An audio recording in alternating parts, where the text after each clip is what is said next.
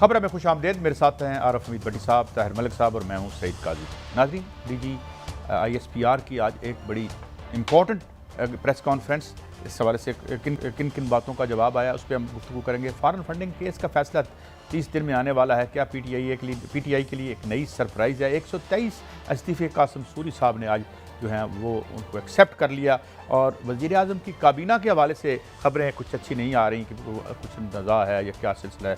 अंदर की बात भट्टी साहब हमें बताएंगे। भट्टी साहब, एक तो DG ISPR की प्रेस आपने सुनी हुई होगी और उस पर आप एक कमेंट भी मैं आपका देख रहा था, तो ये बताएं कि आप अब क्या समझते हैं कि तमाम मुमकिन सवालों के जवाब आ गए हैं। बिस्मिल्लाहिर्रहमानिर्रहीम। काजी साहब, आज DG ISPR मेजर जनरल साहब की हमने जो बाबर इफ्तिखार साहब की टोटल प्रेस कॉन्फ्रेंस सुनी, आपके ख्याल में सवालात के जवाब आ गए। मेरे ख्यालात में उन्होंने इस हद तक तो सवालात के जवाब दिए कि पाक फौज के बारे में एक मुनज़्ज़म साजिश के जरिए सोशल मीडिया पर गंद उछाला जा रहा है, लेकिन बहुत सारे सवालात पैदा हो गए हैं जो आने वाले दिनों में मेरी इत्तला है कि जवाब देने की तैयारी भी कर ली गई है। एक मिसाल के तौर पे DG ISP साहब फरमाते हैं कि नेशनल सिक्योरिटी कौंसिल में साजिश का लफ्ज़ ही नहीं था। तो इमरान खान साहब तो पहले दिन अपना मुकदमा और पूरी PTI लड़ ही है साजिश से ही। वो कहते हैं इंटरफेरेंस है, मुदाखलत है, लेकिन साजिश का लफ्ज़ नहीं है। इंटरफेरेंस से क्या मुराद, मुझे नहीं पता कि अमेरिका ने यह कहा कि पाकिस्तान एक घंटा घड़ी आगे कर ले या एक घंटा घड़ी पीछे कर ले। पाकिस्तान में लाहौर में वेदर कितना है और पेशावर में कितना है। अगर उस डोजियर में जो मरासला है उसमें बुलाकर ये कहा जा गया है, अगर जो साबिक वज़ीर आज़म इमरान खान साहब के मुताबिक कि इमरान खान के खिलाफ डिमार्श है डोसियर, मैं अर्थ में वो इसकी ना तशरीह बड़ी हमारे जफर हलाली साहब ने की, उन्होंने की थी। वज़ीर आज़म के मुताबिक उसमें यह कहा गया था कि इमरान खान की हुकूमत को निकालो वरना पाकिस्तान के लिए सख्त मुश्किलात होंगी ना ख़त्म होने वाली। अगर इमरान खान में एतमाद के ज़रिए चले गया तो पाक को माफ़ कर दिया जाएगा। ये कह रहे साजिश नहीं है, सिर्फ नामुनासिब गुफ्तगू थी जिसका एहतजाज किया गया। इससे बड़ी साजिश क्या हो सकती है कि आपके मुंतखब वज़ीर आज़म को अमेरिकन हुकूमत कहे कि साजिश नहीं है, कि वज़ीर आज़म बदल दो नहीं तो तुम्हें छोड़ेंगे नहीं।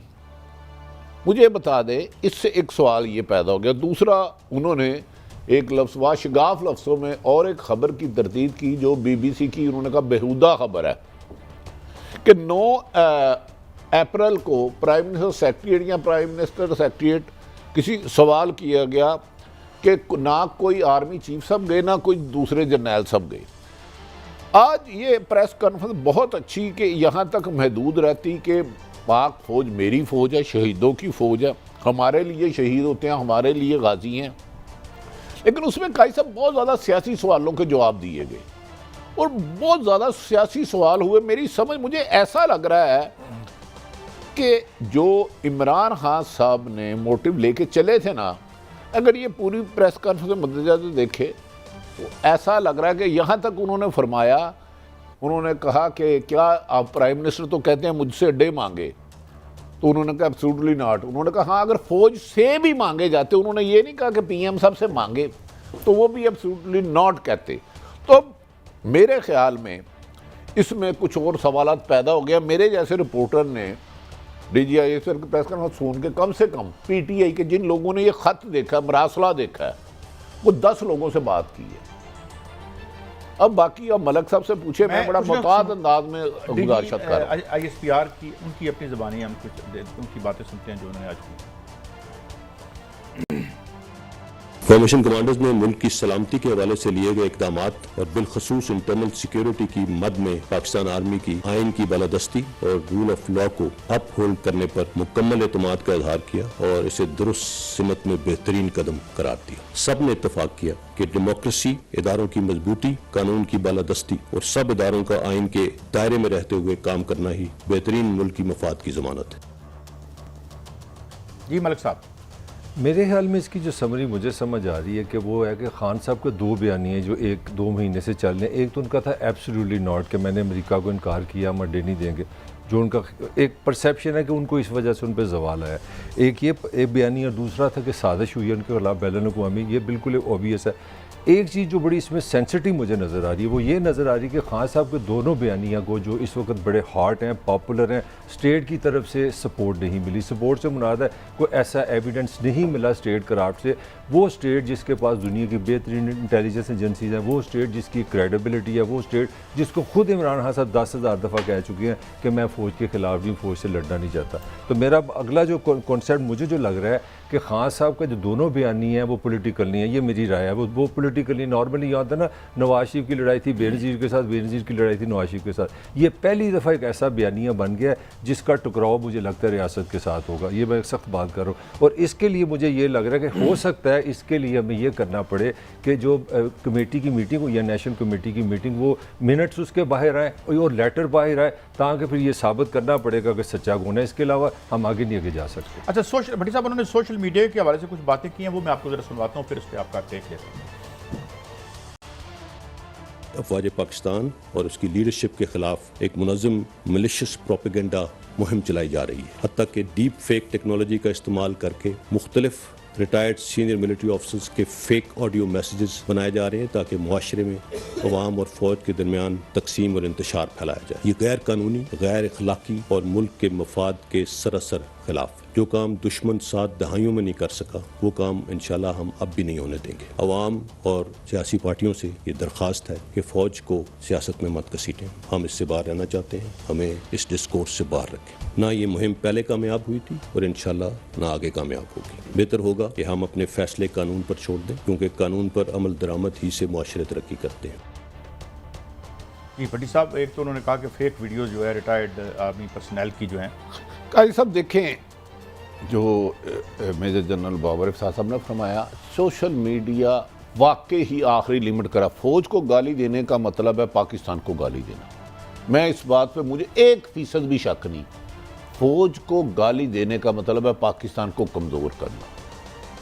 लेकिन डीजी साहब फरमा रहे हैं कि सोशल मीडिया बड़ा गंदा है। वो भाई नेशनल मीडिया की रेटिंग, मुझे डीजी साहब आप खुदा को हाज़िर नाज़िर जान के बता दें कि वो शफाफ है। इधर तो नेशनल मीडिया की रेटिंग रोजाना फ्रॉड की जाती है। आप कह रहे हैं हज़ारों पे छोड़ दें, किस हज़ारों के पास जाए मुझे बताएं। फौज को गाली देना, मुझे अपने आप को गाली देना है अगर मैं फौज को गाली दूंगा। लेकिन ये जो सोशल मीडिया पे गंद है, क्या नेशनल टीवी ठीक है? उसकी रेटिंग फ्रॉड है। आपके दायरे समेत हर एक को मिन्नतें कर चुके हैं, अदालतों में जा चुके हैं। लेकिन आज भी मैं कहता हूं कि हमारे तमाम सियासतदानों को फौज से बहुत दूर रखना चाहिए सियासत को। लेकिन आज जो आपकी वजीर आजम हैं, उनके बड़े भाई ने कहा था ये 2 बंदे रिजाइन दें। उनकी भतीजी का बयानिया ही ये था, खलाई मखलूक ने धांधली कराई है। तो क्या सारी पाबंदी है मेरे लिए जो इख्तलाफ करने की गुस्ताखी कर लेता हूं एहतराम के दायरे में रह के? काजी साहब, मरियम नवाज साहबा ने क्या लफ्ज़ नहीं कि मैं चला नहीं सकता। आज मैंने शॉट निकलवाए थे सारे। अभी कामरान खान साहब के मैं शॉट, हमारे बड़े सीनियर जर्नलिस्ट हैं, अरशद शरीफ ने उन्हें रिपीट किया। यार क्या क्या नहीं उन्होंने मेरी फौज के बारे में। फौज तो मेरी है ना, फौज मेरे पाकिस्तान की है। पाकिस्तान का जवान 25-30 साल जो शहीद होता है ना, मैं उनके घरों में जाता हूँ रेगुलर। तो लेकिन डीजी साहब से ये भी गुजारिश है, सोशल मीडिया गंद है, इसे फौज या किसी के बारे में ना मुनासिब नहीं। लेकिन नेशनल मीडिया की तो रोजाना गंद डालता है उसका। हाँ, लेकिन तो ये उसको भी शफाफ करे। आपकी बात दुरुस्त है, लेकिन यहाँ भी सोशल मीडिया बड़ा नेगेटिवली इस्तेमाल तो हुआ है। ये तो डीजी साहब ठीक ही कह रहे हैं। बिल्कुल बजा कह रहे हैं, मगर बात सोशल मीडिया की नहीं। खाली मेरा पहले मैं अपने आपको वाजिया नहीं कर सका। मुझे जो डर लग रहा है, जो मैं कहना चाह रहा हूँ कि मुझे लगता है कि इस बार पाकिस्तान का पॉलिटिकल बयानिया नहीं बना। मैं भी यहाँ स्टूडेंट हूँ, तालिब इल्म, पाकिस्तानी सियासत का जर्नलिस्ट हूँ। तो हमारे जितने भी बयानिए बने वो सियासी जमातों के दरमियान बने हैं। आपको याद होगा इसी मेज़ पे मैंने कहा था ये जो इल्ज़ाम आपने लगा दिया ना कि ये साजिश हुई है, आप इससे नहीं निकल सकते। और जब आप साजिश से शुरू करेंगे, बाहर की साजिश है, तो आप रियासत को किस तरह माइनस करेंगे? ये इन्वेस्टिगेशन किसने करनी है? ये सच आपको किसने बताना है? मेरा ख्याल है खान साहब को शायद ये रीथिंक करना पड़ेगा। क्या वो जो मर्जी कर लें, जितने मर्जी अच्छे अल्फाज इस्तेमाल कर लें, अल्टीमेटली वो रियासत की टकराव की तरफ आ रहे हैं। नहीं काजी साहब, मैं इससे मलक साहब से इख्तलाफ करता हूँ। फौज मेरी है, फौज इमरान खान फौज के खिलाफ होगा सबसे। मैं एक खबर दे दूं आपको, नहीं इख्तलाफ करूंगा, सुन लें, अगर मेरे फौज के, लेकिन मुझे ये बताएं काजी साहब, उधर अमेरिकन बैठा है, एम्बेसडर को बुलाता है, कहता है आपके अदम एतमाद आ रही है, काजी साहब जरा टेलीफोन देख लेंगे, मैं बाहर होता नहीं, मैं आपकी रिस्पॉन्स आ रहा है आपकी गुफ्तगू का। प्लीज काइंडली जरा गौर कीजिए, आप बड़े कद वालों को देख के डर जाते हैं। अच्छा बताएं। वो कहता है कि इमरान खान के खिलाफ अदम एतमाद ला रहे हैं, हमने बंदे उधर खरीद लिए हैं और उसको हुकूमत से निकालो तब आपको माफी मिलेगी। ये बयानिया इमरान का है, इमरान साहब ने जो कहा है, या तो वज़ीर आज़म ने गलत कहा ना, या उसको कहे वो बयानिया। मरासला जो वो कहते हैं, ये मेरे कोई लफ्ज़ नहीं है और पूरी पीटीआई के हैं। तो वो इधर से अचानक लोग जो 3.5 साल से इमरान खान की हुकूमत में मौजें लूट रहे थे, वजारतें लूट रहे थे, गवर्नरशिप ही लूट रहे थे, अचानक वो सारे दूसरी पार्टी के पास चले जाते हैं, अचानक 20 लोग मुनहरफ हो जाते हैं, अचानक सुप्रीम कोर्ट रातों को खुल जाती है, अचानक हाई कोर्ट रातों को खुल जाती है। तो फिर साजिश किसको कहते हैं? अगर ये मलक साहब कहते हैं ना नहीं इससे टकराव नहीं है, रियासत से नहीं है, इमरान खान क्या हो, नवाज शरीफ हो, जरदारी हो, अगर फौज के खिलाफ आएंगे तो ये 20 करोड़ अवाम आ जाएगी, क्योंकि 20 करोड़ अवाम की फौज है। मैं और आप घरों में हो, लेकिन इतनी बात बताऊं, मैं माफी चाहता हूं, मैं मलक साहब से इख्तलाफ करता हूं। मलक साहब ऑल द राइट्स, मैं आपका हक है जो मर्जी कहें, मैं तो इंटरप्रिटेशन कर रहा हूं जो सियासत चल रही है मैं उसकी। आप मुझे समझे चले, मुझे आप सिर्फ समझा दें, आप मेरी बात ईमानदार कर रहे हैं। चले छोड़ें, मेरे आपसे सवाल है, सिर्फ एक सेकंड आप कर लें, आपसे मसला हल करा। चलें ठीक है। कोई बाहर से कहे कि यार मलक ताहिर को इस प्रोग्राम से निकालो, साजिश करो, ये मलक प्रोग्राम में रहा तो हम आपकी रेटिंग भी नहीं जाने देंगे, हम तुम्हारे खिलाफ सख्ती करेंगे, बंद करा देंगे, धमकी दें, और इधर उस पर काम शुरू हो जाए। ये साजिश होगी कि नहीं, सिर्फ ये रहनमाई फरमाएं। देखिए आप हमेशा बात न्यूट्रल करते हैं। मैं 200% कह रहा हूँ ये साजिश है, साजिश होगी, साजिश बनती है। मेरी आपसे गुजारिश है कि अनफॉर्चुनेटली पाकिस्तान की सियासी जो मैं उसकी बात करूँ, पाकिस्तान की सियासत पहले सियासत का इख्तलाफ बनता था, अब जो इख्तलाफ हम ले आए वो इदारों तक जाएंगे। मैं ये आपको कह रहा हूँ, मैं ये नहीं कह रहा टकराव हो रहा है। जब आप इंटरनेशनल लॉ, मेरा एक फिक्रा बस ले लें, जब आप इस सारी सिचुएशन में आएंगे तो ये किसने बताना है कि साजिश हुई है कि नहीं? ये नवाज शरीफ ने नहीं बताना। मलक साहब मैं हर एक का एहतराम करता हूँ, ये कहते नहीं, ये कहते हैं पहली दफा दारों के साथ जा रहा है। जब आपके नवाज शरीफ कहते थे इंचार्ज जजों को बाहर फेंको, खलाई मखलूक ने धांधली कराई है सारी, वो दारों से टकराव नहीं था। कादी साहब आपने अल्लाह को जान देनी है कि मलक साहब को देनी है? टकराव था, मैं कब नहीं, जब आसफ अली जरदारी ने कहा था कि तुमने 3 साल रहना है, तुम कौन होते हो मेरा फैसला करने वाले, जाओ जाके बैठो। भट्टी साहब वो माफी मांगने के भी माहिर हैं, ये भी याद रखिए। मलक साहब मैं तो देखिए आपकी बात का एहतराम करके मैं आपके दोनों हुक्मरानों का मैंने आगे बढ़ना, लेकिन मैं एक बात वाज़ेह कर दूं, इमरान, ये मैं आपको खबर दे रहा हूँ कि इमरान खान ने अपनी पार्टी को भी कहा कि वो फौज और फौज के बारे में कोई बयानात, बड़ी अच्छी क्लैरिफिकेशन है, मुझे तो खुशी हुई। हाँ, कुछ सवाल उन्होंने सुप्रीम कोर्ट के हवाले से उठाए थे कि क्यों, जो भट्टी साहब भी उठा रहे हैं कौम। अच्छा, अब जरा उन्होंने कुछ और मजीद बात की है डीजी साहब ने, वो भी सुनते हैं, सुनाइए। आपने बात की फौजी अड्डों की। देखिए मेरे ख्याल में प्राइम मिनिस्टर साहब से एक इंटरव्यू में किसी ने ये पूछा था कि अगर आपसे ये मांगे जाएं तो आप, उन्होंने कहा था कि एब्सोल्युटली नॉट, और अगर मांगे जाते अड्डे तो फौज का भी यही मौकफ होता। और असल ये है कि उन्होंने मांगे भी नहीं, फौजी अड्डों का किसी लेवल पे मुतालबा भी नहीं किया गया, लेकिन जैसा प्राइम मिनिस्टर साहब ने कहा वही मौकफ फौज का भी होता, और यही सोच थी। I hope it answers your question. मेरे ख्याल में ये बात तो बिल्कुल ठीक है कि जब एक जर्नलिस्ट ने सवाल किया भट्टी साहब कि भाई मैं आप क्या आप मांगे जाएंगे, तो उन्होंने कहा ये एब्सोल्युटली नॉट, फौज का भी वही मौकफ है। ये तो क्लैरिटी आ गई। देखिए अपोजिशन यही कह रही थी मांगे नहीं तो एब्सोल्युटली नॉट कहने की क्या जरूरत है? काजी साहब मलक से जहां मैं गलत हूं मेरी इस्लाह करनी है ना, मैं किसी एक जमात को डिफेंड करने नहीं, हाँ फौज को डिफेंड करने आऊंगा, मेरा मुल्क है। ठीक है, ठीक। अब अपोजिशन का एलिगेशन ये था मांगे नहीं, तो उन्होंने कहा मांगे ही किसी ने नहीं। जनरल साहब की इस बात पर अपोजिशन के बयानिए में वजन आ गया है। मैं तो वो बात करूंगा जो मैंने तो फिर एक ही साबित हो रही है ना कि आप पॉलिटिकल पॉपुलैरिटी के लिए ऐसी चीजें यूज कर रहे हैं। ये मेरा ये अब या इमरान खान साहब गलत कह रहे हैं या कौन कह रहा है, मैं किसी की गलती नहीं। मैं इमरान खान ने कल जलसे में यही बात कही कि मुझसे एक साफी ने सवाल किया था और मैंने कहा कि भाई सुन ले उन्होंने जो कहा है, उनको भी सुन ले। जब मैंने कहा था कि मैं अमेरिका को बेस नहीं दूंगा, एब्सोल्युटली नॉट, इंटरव्यू में, इसलिए मैं कभी अपनी कौम को इस्तेमाल नहीं होने दूंगा। जो भी मेरी फॉरेन पॉलिसी थी वो अपनी कौम की बेहतरी के लिए थी, मैं किसी और के लिए अपनी कौम को कुर्बान नहीं करने के लिए तैयार। इंटरव्यू में ये तो आपने हल्फ उठाया हुआ है, बड़ी खूबसूरत बात है, आपकी गैरत को हम सलाम करते हैं। This is your duty.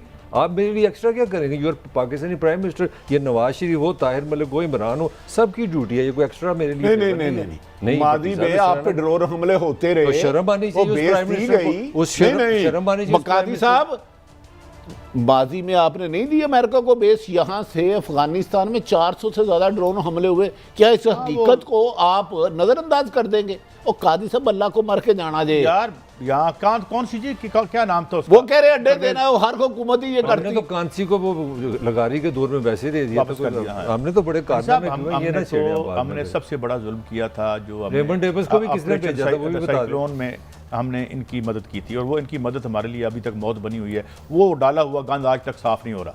अच्छा, अब लेटर के हवाले से कुछ चीज़ें हैं जी, सुनाएं क्या क्या फरमाया उन्होंने।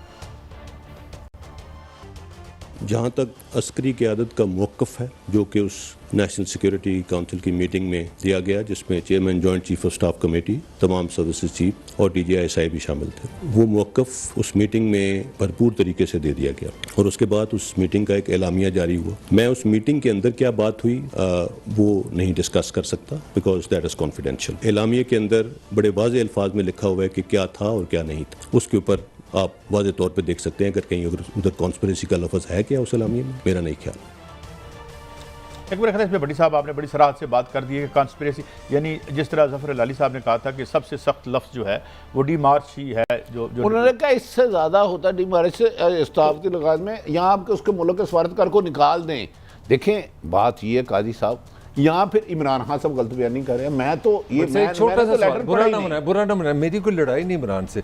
आप 1 महीना वजीर आज़म रहे थे, अगर खुदा ना खास्ता मेरी उनसे कोई हमदर्दी नहीं, 3.5 साल मैं भी आपसे सवाल, ये तस्वीर किसने निकालना था? हुकूमत पाकिस्तान ने निकालना था, उसका प्राइम मिनिस्टर का नाम इमरान। वो कह रहे हैं इस तरह तो ना कर यार, इन्होंने कहा डिमोलिश हमारे सख्त तरीन एहतजाज है सबसे स्ट्रीम पे जाके।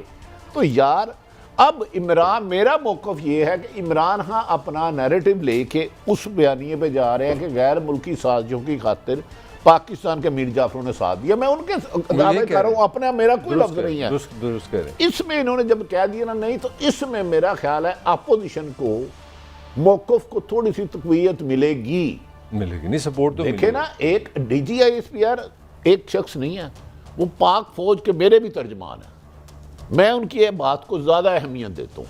इसका मतलब है फिर इमरान खान अपनी इस्लाह करें और लेटर दोबारा पढ़े। मैं तो ये कह रहा हूँ, मैं किसी को गलत या ठीक नहीं कह रहा। आपका और मेरा दोनों का, बल्कि काजी साहब का ख्याल था कि ये पाकिस्तान ऐसे दुराहे पे है कि ये निकलेगा नहीं। आपने भी, मुझे याद है, बड़ी चीज़ देखे ना कितना गंद पड़ गया ना। मैं बार बार यही कह रहा हूँ कि आपने सियासत में, मैं इमरान पर इल्ज़ाम नहीं लगा रहा, हम ऐसी जगह खड़े हो गए एक दूसरे के आमने सामने। इमरान की वजह नहीं यार, ये कंपनी नहीं चलेगी। बहरहाल काजी साहब, आप भी इधर हैं। नहीं, ये बहुत सारे सवालात पैदा हो गए। मैंने कहा, मैंने इस प्रेस कॉन्फ्रेंस के बाद बहुत से लोगों से राब्ते किए। रिपोर्टर है, साफ़ी है, हमारा काम है हर चीज़ को काउंटर चेक करना। अब उनका क्या कहना है, उन्होंने क्या फरमाया, इसकी वजाहत कैसे की, जरा वो सुनते हैं बाबर इफ्तिखार साहब। देखिए, वो ऑप्शंस इस्टेब्लिशमेंट की तरफ से नहीं रखी गई थी। प्राइम मिनिस्टर्स ऑफिस की तरफ से चीफ ऑफ आर्मी स्टाफ को अप्रोच किया गया था कि जब ये डेडलॉक बरकरार था कि इसमें कोई बीच बचाव की बात करें। इट इज़ वेरी अनफॉर्चुनेट कि हमारी सियासी जमातों की क़यादत आपस में बात करने पे या उसके ऊपर तैयार ना थी उस वक्त। सो आर्मी चीफ और DGI-SI भी उसमें गए PM ऑफिस, वहाँ पे उनके साथ जो उनके मुख्तलिफ और रफ़क़ा थे उनके साथ बैठ के वहीं पे ये 3 सिनेरियोज डिस्कस हुए कि क्या क्या हो सकता है। और उन 3 सिनेरियोज में एक सिनेरियो जो था कि जी no confidence motion goes as it is, दूसरा था कि प्राइम मिनिस्टर साहब रिजाइन कर दें, और तीसरा था कि ऑपोजिशन नो कॉन्फिडेंस मोशन वापस ले ले और प्राइम मिनिस्टर साहब असेंबलियां डिसॉल्व करके फ्रेश इलेक्शंस की तरफ चले जाएं। ये तीसरी ऑप्शन जो थी, उस वक्त वज़ीर आज़म साहब ने कहा कि जी ये दिस इज़ एक्सेप्टेबल, ये आप हमारे बिहाफ पे उनसे बात करें। सो चीफ ऑफ आर्मी स्टाफ ने फिर उस वक्त जो अपोजिशन थी PDM, उनके पास लेके गए, उनके सामने ये गुजारिश रखी और उसके ऊपर सरासल मुकम्मल बहस के बाद उन्होंने कहा कि जी हम इस तरह का कोई कदम अब नहीं करेंगे, we will go as we want as we have planned and that is it. कोई ऑप्शन एस्टेब्लिशमेंट की तरफ से ना दिया गया ना सामने रखा गया। अब काजी साहब बीइंग ए सहाफ़त के तालिब इल्म, मुझे बताएं, अरशद शरीफ बहुत ज़्यादा शरीफ है, वो सवाल नहीं कर। उन्होंने कहा जी अपोजिशन का मैसेंजर कौन था? वज़ीर आज़म समाराम फरमाते हैं एस्टेब्लिशमेंट। नहायत काबिल एहतराम ISPR के डायरेक्टर जनरल सर कहते हैं हमें हुकूमत की तरफ से रिक्वेस्ट आई थी। ये देखें, ये तादादात है। इससे मेरे जैसा आदमी, फिर मुझे लगता है मेरा वज़ीर आज़म, माजी का वज़ीर आज़म गलत बयान नहीं करता रहा है। वो उन्होंने वाशगाह, मैंने दोबारा इसीलिए सुनाया कि मेरे कान तो नहीं ख़राब हो गए बुढ़ापे की वजह से, मैं सही सुन नहीं पा रहा। इसका मतलब है या साबिक़ वज़ीर आज़म को गलत बयानी मजाक में कर देते हैं या उनकी याददाश्त ठीक नहीं है। अरशद शरीफ ने कहा, उन्होंने कहा इस्टेब्लिशमेंट हमें 3 ऑफर दी, और वाशगाफ लफ्ज़ों में उन्होंने कहा हमें हुकूमत की तरफ से आई, हमने उनसे फिर बात की।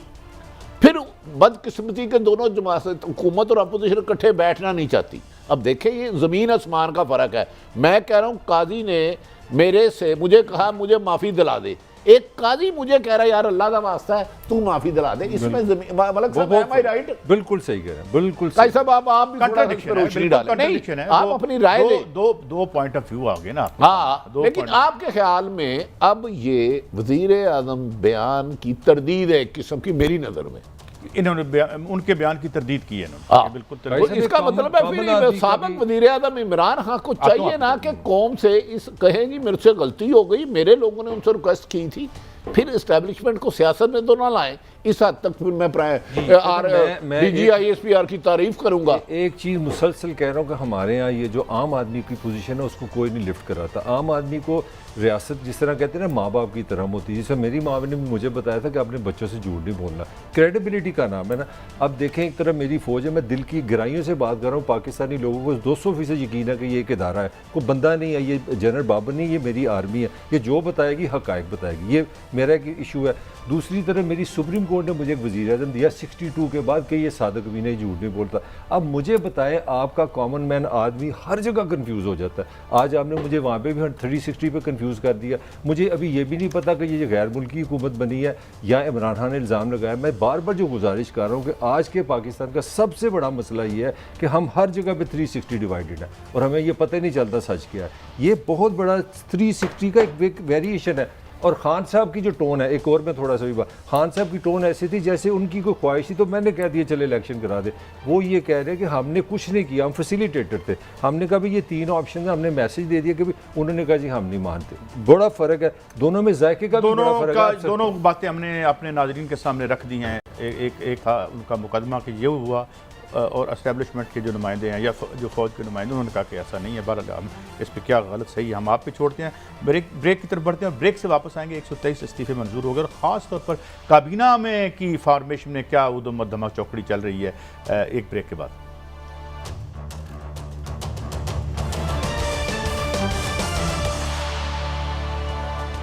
Welcome back. बहरहाल भट्टी साहब, देखें ना, ये कौमों की ज़िंदगी में ऐसे बहुत से मराहल आते हैं, बहुत से बुरानों से कौमें गुजरती हैं, उससे सीखती भी हैं, कुछ धोखे भी खाती हैं, ठोकरें भी खाती हैं और अपनी मंजिल की तरफ बढ़ती रहती हैं।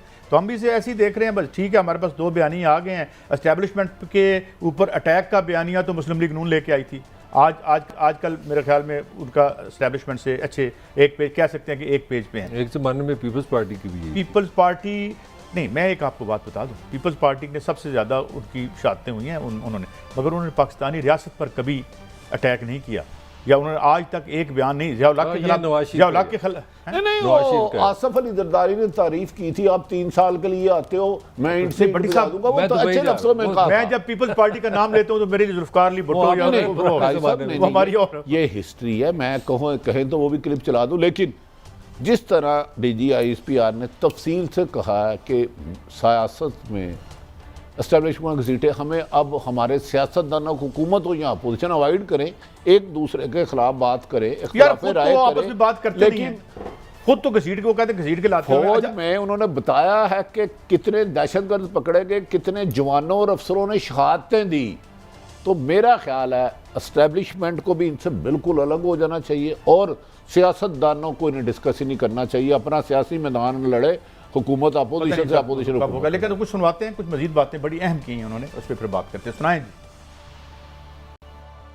फौज के अंदर जानिबदार और गैर जानिबदार की एक लड़ाई चल रही है और उसी की बुनियाद के ऊपर जो हालिया सूरत हाल पैदा हुई ये उसी की वजह से है। तो ऐसी कोई सूरत हाल है और फौज उस हवाले से कोई इकदाम ले रही है? फौज की इथॉस को का शायद आपको पता नहीं है कि फौज यूनिटी ऑफ कमांड के फैक्टर पे चलती है और चीफ ऑफ आर्मी स्टाफ जिस तरफ देखता है 7 लाख फौज उस तरफ देखती है। इसमें ना आज तक कभी तब्दीली आई है और ना इंशाल्लाह आगे आएगी। फौज के अंदर अल्हम्दुलिल्लाह कोई किसी किस्म का कोई डिवीजन नहीं है और पूरी फौज अपनी लीडरशिप के ऊपर फख्र करती है and that is it. There is no truth to this thing.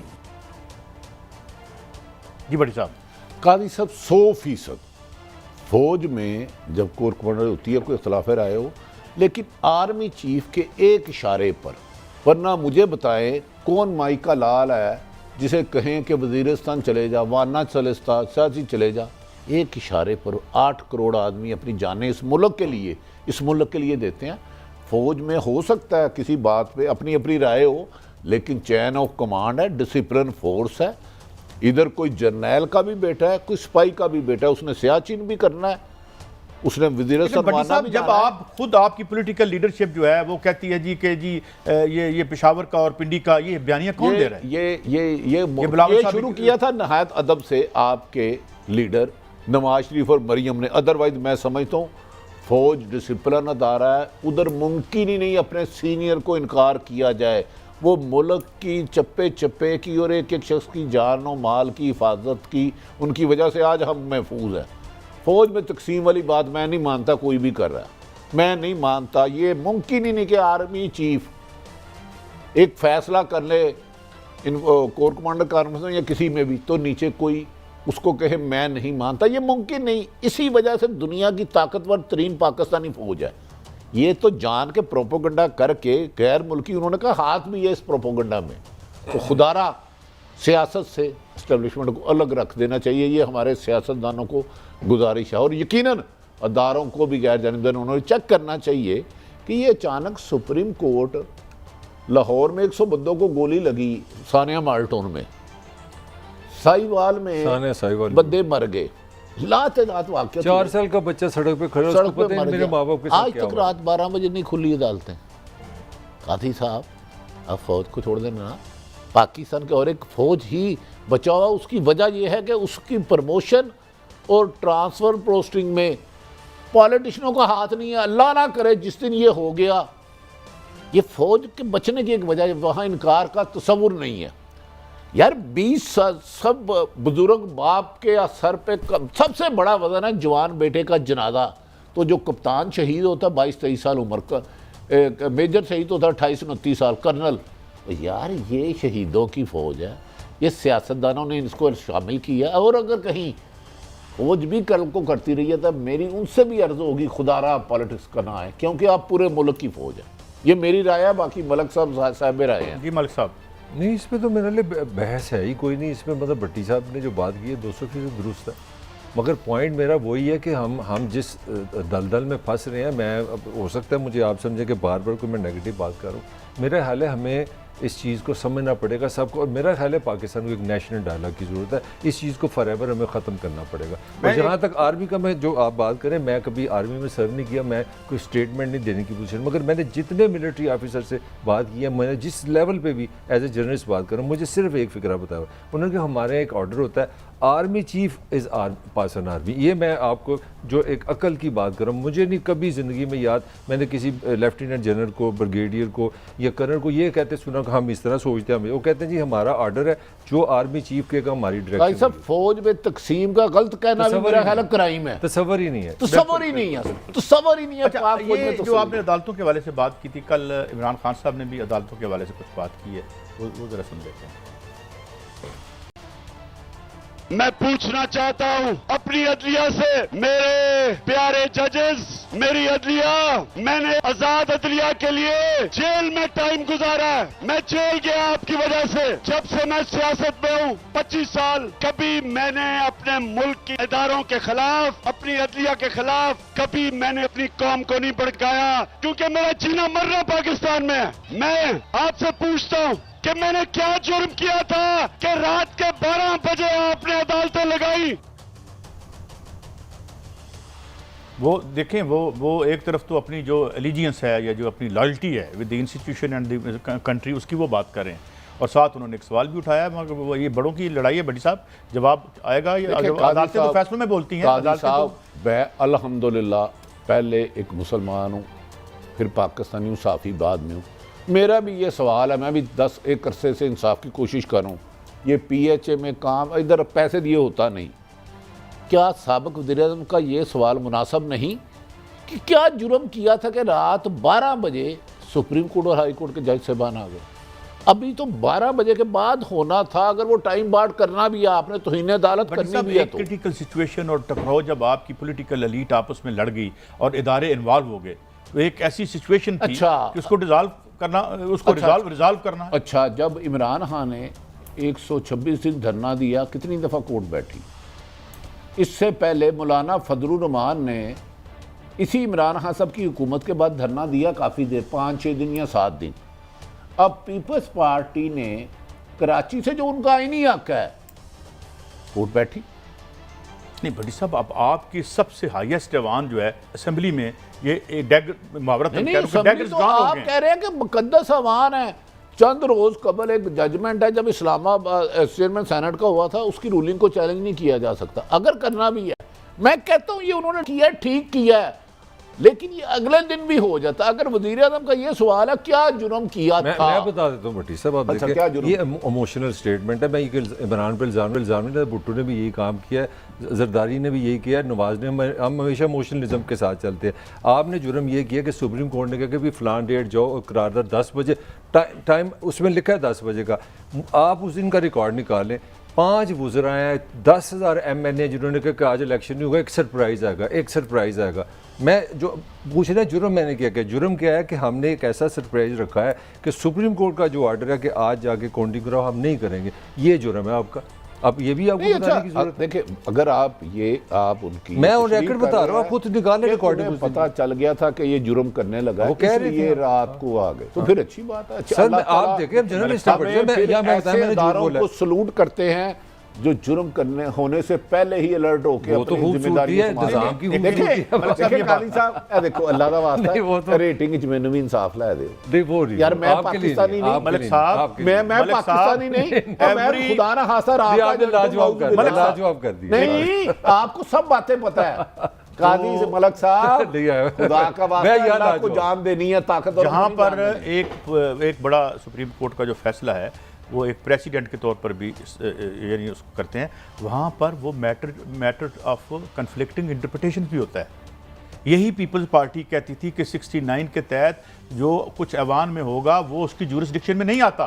ये 2 राय हैं, और ये पीपल्स पार्टी की राय थी। और वो जो हमारे चेयरमैन, सेनेट के चेयरमैन थे, क्या नाम था उनका, भला सा रज़ा रबानी साहब, ये बात उन्होंने इसी सुप्रीम कोर्ट के सामने कही थी। सही कह रहे हैं। तो ये असल में जब जो ट्रूथ हमें फेवर करता है ना, ये अनफॉर्चुनेट, वो जो हमें फायदा होता है, वो ये है प्रैग्मेटिज्म। मगर देखे ना, इंटेंशन देखे ना आप। हम अच्छा, मैं चूंकि उनकी बात तीनों ही बैठे थे, स्पीकर के चेहरे पे दोनों पे लिखा था, बात कभी उसके लिए ब्रेक, कभी उसके लिए ब्रेक, वो एक साथ हर टिकर चल रहे थे। फार्म वजीर ने कहा कि सरप्राइज होगा आज ये। फिर मुझे ये बताएं ना, देखिए जो हिलाली साहब ने कहा था, जो हिलाली साहब ने 6 बंदे तोड़ के या 10 बंदे तोड़ के पैरेड करवा के आपने मैसेज दिया इत्तेहादियों के, भाई इकट्ठे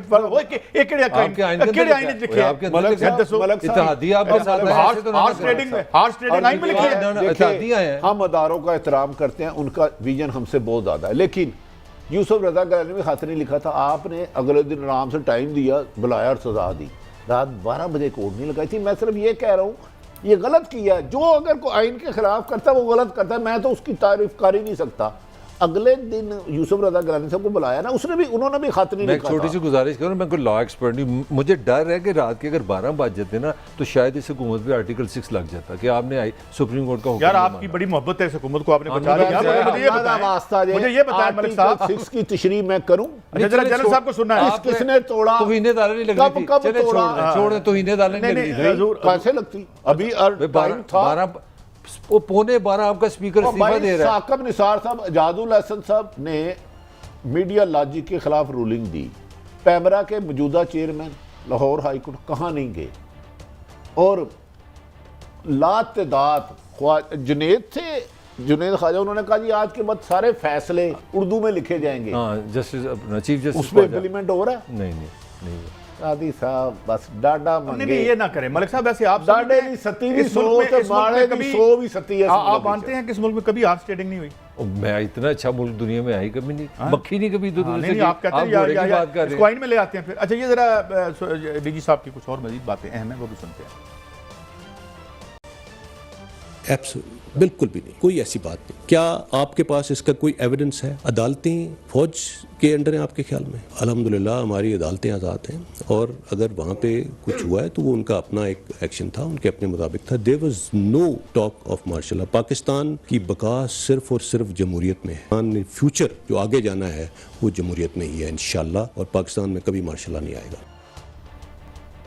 जी वो तो उन्होंने बिल्कुल एक उन्होंने क्लियर कट कह दिया। और वैसे भी मेरे ख्याल में अब मार्शल लॉ का ज़माना शायद नहीं, ये तो बड़ी देर से कहा जा रहा है, आदमी खुद कह रही है कि ऐसा नहीं संभालना। माशाल्लाह में रुकावट ही आर्मी है, लेकिन पाकिस्तान की बका जनरल साहब अदब एहतराम से जमहूरियत में आपके ख्याल में होगी?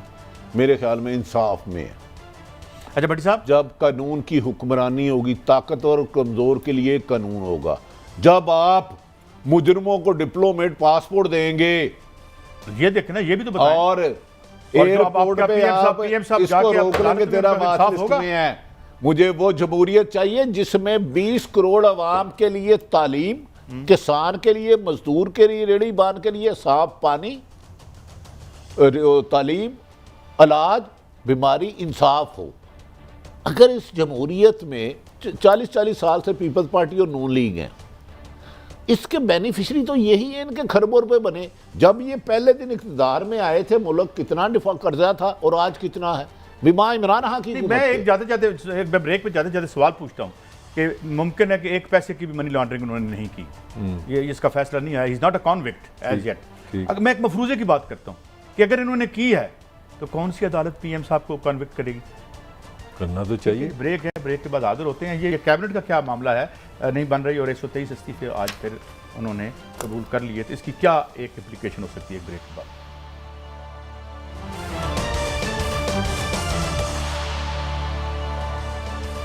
Welcome back. अच्छा भट्टी साहब, खबर तो अच्छी आ गई है। 7 वजारतें जो हैं अभी हमारी स्क्रीन पे टिकर चल रहा था कि पीपल्स पार्टी जो है वो ले रही है, अभी नामों का तो नहीं हुआ। लेकिन भट्टी साहब आप कुछ बता रहे थे कि एक तो इस्तीफों पे बाद में बात करते हैं जो अब मंजूर हो गए हैं, कैबिनेट पुरअमन तरीके से बन जाएगी भट्टी साहब? क्या जी साहब, ये कंपनी नहीं चलेगी। एक मर्सिडीज है, उसमें साइकिल के भी स्पेयर पार्ट्स डाल रहे हैं, गधे के भी डाल रहे हैं, ट्रक के भी डाल रहे हैं, रिक्शे के भी डाल रहे हैं, और आप हाईएस्ट वैन के भी डाल रहे हैं, ट्राले के भी चला रहे हैं, और बच्चों के खिलौने के भी पुर्जे लगा रहे हैं। तो फिर कह रहे हैं ये कंपनी चल जाएगी। ये गड्डी नहीं चलनी। सख्त इख्तलाफात है, सख्त इख्तलाफात है, सख्त इख्तलाफात है, सख्त इख्तलाफात है। अब जिन्होंने इन्हें इकट्ठे किया है वो कब तक रखते हैं ये उन्हें पता। 3 लोगों की इनके पास सारी अक्सरियत ये है। किस चीज़ का वज़ीर आज़म होगा कि गवर्नर सिंध किसी और को दे रहे हैं? मोहतरम शहबाज शरीफ, सुन लें मलक साहब, KP के गवर्नर किसी और जमात को दे रहे हैं, अच्छा, सिंध का किसी और को दे रहे हैं, बलूचिस्तान का किसी और को दे रहे हैं, पंजाब में और गवर्नर जो है- पंजाब भी शायद पीपल्स पार्टी का स्पीकर आ जाए या गवर्नर आ जाए। कायरा साहब का नाम आ रहा है। वो कायरा साहब ने वो सुना है कि इनकार का इलेक्शन है, लेकिन ये किस चीज़ का? 3 टांगों पे हुकूमत खड़ी है, इत्तेहादियों पे। उसमें अभी तक MQM खफा है कि आपने जो हमारे साथ एग्रीमेंट किया था उसे पूरा नहीं किया। एक याद रख ले, आप एक गाड़ी 4 टायरों पे चलती है, चाहे उसकी कीमत 10 करोड़ हो, महंगी से महंगी गाड़ी का नाम बताया। आप तो हर गाड़ी को जानते हैं, असी तो एवं चिंची रखे थे भाई साहब बड़े- ये तो जहाज पेंडे चलाते जे हैं, बंदे। भाई साहब कौन के सा पास जहाज महंगी से महंगी गाड़ी? ओ यार को गड्डी का ना लो, मैं कोई सवाल गाड़ी का नाम कर ले। बता दें। बेंटले, बेंटले सबसे कितने सुना की? महंगी है। 100 रुपए की। चलो बेंटले, बेंटले बेंटले गाड़ी जितनी मर्जी कीमती हो, उसका एक टायर पूरा पंक्चर हो जाए तो वो चल नहीं सकेगी, पूरा पंक्चर। अब ये कंपनी का एक टायर पूरा पंक्चर है, इसको सारे भर के धक्का लगा के एक तरफ से पकड़ के चलाने की कोशिश करें, ये थक के गिर जाएंगे थोड़ा सा मोटरवे पे आगे जाके। ये कंपनी बज़ाहिर चलना मुश्किल है, लेकिन पाकिस्तान में मौजे होते हैं, हो सकता है ये भाई अगले 5 साल मिलकर इलेक्शन भी लड़े। भट्टी साहब को पता नहीं, उसी गाड़ी में ना उन्होंने एक पंप रखा है जिसमें से आप एक होता है ना, स्टेशन पे जाते हैं, कई गाड़ी होती है उनके अंदर पंप होता है, जब आपका टायर पंचर और पंप निकालते हैं ऐसे ऐसे दबाते हैं वो भर जाता है। भट्टी साहब बड़े मासूम है, इनको नई गाड़ी का पता नहीं। ये पंप उसके अंदर है, दूसरा पंप के साथ एक छोटा पंप भी है, उसका नाम है इमरान। अगर वो इस तरह जलसे करता रहेगा, राश लेता रहेगा, ये 4 टायर इकट्ठे रहेंगे। आपको किस बंदे ने बताया कि इनमें बड़ा इतिहाद था? ये बड़े इतिहाद की बुनियाद पे बैठे हैं। इनका एक ही कॉमन एनिमी था, उसका नाम है इमरान। नहीं यार, वो वहीं का अब वहीं है। एक्सप्लॉइट्स का वक्त आ ये गया ना। कंपनी चलेगी, यार मेरी- सुन लेना, मेरा एक फिक्रा ले लें, ये कंपनी चलेगी जिस दिन इमरान हाथ थक गया, फिर ये कंपनी नहीं चलेगी, ये मैं आपको बता दूँ। नहीं चलें, आपकी राय है, मगर मैं ये कह रहा हूँ कि अब वजारतों पे और इस पे तो नहीं, आप कल शाम को देख अच्छा लें, कादिर साहब, अब हम दोनों से सवाल कर, आप सुधीर की फिल्म देखने आए हुए हैं इधर, आप बताएं आपको ये कंपनी चलती हुई नजर आती है कि नहीं? मैं अपनी राय इस पे देना। अहमद रजा कसूरी साहब को दोबारा कोट कर देता हूँ। प्लीज़। उन्होंने बहुत खूबसूरत बात की। उन्होंने कहा ये मंजर इस तरह इस्तारत के तौर पर कहा, किसी शख्स को मैं पर्सोनिफाई नहीं कर रहा, कि 11 बिल्लियाँ हैं, उनको उनकी दुम से आपने बांध दी है, अच्छा, एक दूसरे से दुमें बंधी हुई हैं। जब दूध का कड़ा सामने आएगा तो फिर जो उधम मचेगा, लिहाजा I will go with him. यानी कि दुम से बांध दिया, क्या मतलब है? मैं सारी चेयर कटी इधर है। करूं, आप चेयर हाँ। इधर करें, और और सारे सारे जब दुम बांध दी जाए, और 9 की 9 कोशिश करेंगी कि वो नहीं कड़ा तो फिर हम दूध कैसे पिएंगे? आपका चेहरा उधर, मेरा इधर, दूध का बॉल ये पड़ा है। मुमकिन है आपने तो मुझे कंफ्यूज कर मुमकिन दिया है है। मेरी दुम जो है आपकी दुम के साथ तो आगे मलक साहब की दुम तो बहुत ज्यादा मजबूत है, ये तो लंबे चौड़े जवान है। देखा, तो मेरा है 6 फुट को 4-5 इंच का असल होगा। बात ये है, इनको ये भी नहीं पता कि गाड़ी के अंदर भी पंप होता है और दुम में भी लंबी लंबी कर लेते हैं हम। ये भी पता हमारे नहीं पास यार, हम तो फिर बरतानिया दौर के शहरी हैं, हमें नहीं लेकिन पता। मैं नहीं समझता कि it's going to be peaceful affair. उसकी एक नहीं वजह- होगा, मैं आपको बात लेकिन एक बात है, अभी अभी एक टिकर चला है, 38 रुपए की समरी चली गई है आपकी पेट्रोल की कीमतों में इजाफे की। तो मैं ये समझता हूँ कि ये जो भट्टी साहब बात कर रहे हैं कि एक महंगाई में ये रोक, मैं खान साहब को भी कहता था कि हजूर आपके पास, आपकी कैबिनेट डिवीजन के पास नहीं है, आपकी वजारत खजाना इनके पास भी खान नहीं। साहब की तो लॉटरी है। मैं- अगर कोई, मैं तो कहूँ, मैंने मेरे एक दोस्त से मैं कह रहा था, मैंने कहा अगर किसी ने इमरान पे मोहब्बत की थी, वो जुल्फ अपना की थी नून लीग की परफॉर्मेंस ने, अब इमरान जो काम कर गया है, आप सोच नहीं सकते, शहबाज शरीफ के लिए सारा जाब इकट्ठा हो गया, इन्होंने उसको एग्जिट दे के सारी जान यार फिर वो ठीक कह रहे हैं कि ये कंपनी नहीं चलती नजर आती। आप एक मिनट के लिए सोचे, एक मिनट के लिए 36 में पेट्रोल महंगा हो गया तो किस पे सारा प्रेशर आएगा? अब देखेंगे कि ये महंगाई खान साहब की वजह से थी और वजह से थी, और फिर उसका हम हल निकालेंगे या क्या सिलसिला होगा। आने वाले दिन भी दिलचस्प होंगे यकीनन। इजाज़त दें, अगले हफ्ते फिर मिलेंगे। अल्लाह हाफिज़।